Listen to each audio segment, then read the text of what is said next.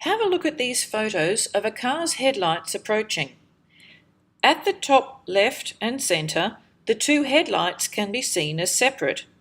However, at the bottom right, the headlights are barely distinguishable and appear almost as a single light. The resolving power of an optical instrument, such as a camera or a telescope, is its ability to distinguish between two closely spaced light sources. If a camera with a higher resolving power had taken these pictures, the photo at bottom right would have shown two clearly distinct and separate headlights. So, the resolution of any optical system, such as a telescope, is its ability to distinguish between closely spaced light sources.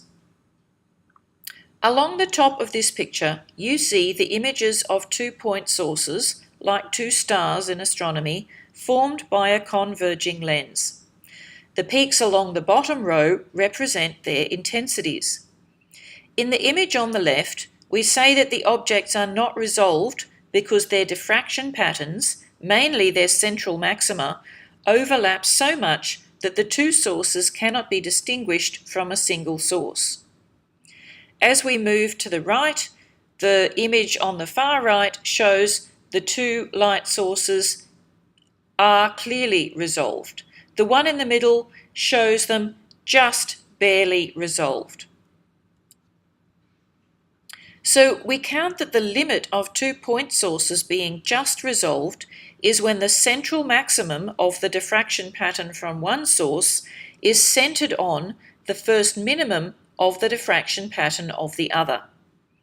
Then, going from the equation for the angle of the first minimum, we get that the sine of the minimum angle for resolution is 1.22 lambda over d, where d is the diameter of the aperture of the lens. The scientist who first defined this criterion was Lord Rayleigh, so it is named after him. Now, since the angles we're talking about are very small, we can make the approximation that sine theta is about equal to theta in radians. Then we end up with theta r equals 1.22 lambda over d, where theta r is called the Rayleigh angle.